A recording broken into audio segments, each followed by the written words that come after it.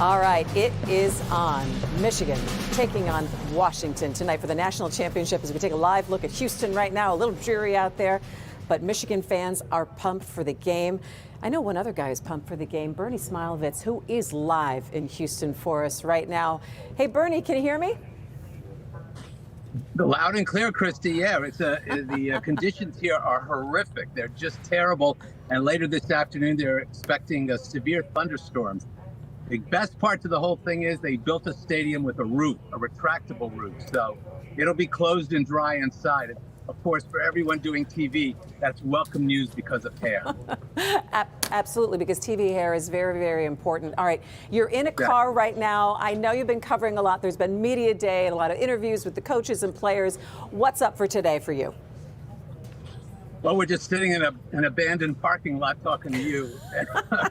that was first on our list, and then we went over and swung by the Michigan Hotel, and everybody is packed in the lobby. All the boosters and donors and friends and family. You didn't see one football player anywhere because they're sequestered away upstairs. And Jim Harbaugh said yesterday he likes where his team is. He feels like he's the jockey coming down the home stretch, and he's just got to give them the whip a little bit, and they'll be ready to go. So it'll be fascinating to see what happens. Now, I checked with Las Vegas this morning. The line opened at 4.5 a couple days ago. Then it went to 5, and this morning it's at 5.5. So the support for Michigan is there in Las Vegas. So that's always interesting to take a look at because those folks normally know what they're doing. Yeah, you talked about how the team hotel is packed again with boosters and whatnot. Can you give us a sense of some of the,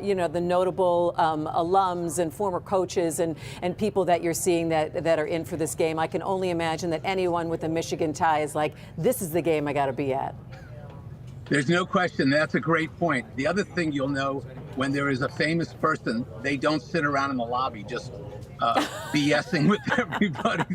They're hiding somewhere so they don't have to sit in the lobby BSing with someone. So we didn't see any famous people. We didn't see any big name people, but I'm sure they're in there with their entourage enjoying it. But they've really run a great product here. I mean, it's unbelievable. Media day was terrific. All the players, easy to talk to, easy to get to.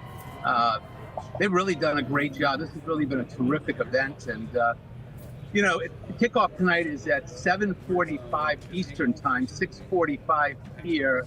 But the crowd arriving is going to have some difficulty because of the storms that are predicted for this area. So we'll just wait and see. We'll be inside, hopefully, he said, and we'll go from there. But yeah, I didn't see anybody famous, Christy. If I do, I promise I'll get an autograph for you. I mean, thank goodness for that. Hey, Bernie, before I let you go, what are some of the storylines or things that we should be watching for in the game tonight, if you give us just some kind of big picture?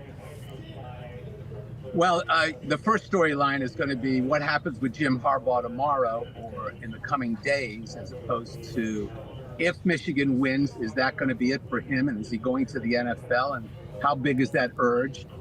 Number two is, of course, you've probably read that Michigan has presented him with a 10-year, $125 million deal. So is that enough to keep him where he's at? I heard from a source within the Harbaugh circle that one of the things he really wants is to try to recoup some of that money that he lost when they cut his salary in half a couple years ago when Michigan was having difficulty. As for the game, storylines. Number one, probably can Michigan get their running attack going and their passing attack against a decent, not great, but pretty good Washington defense.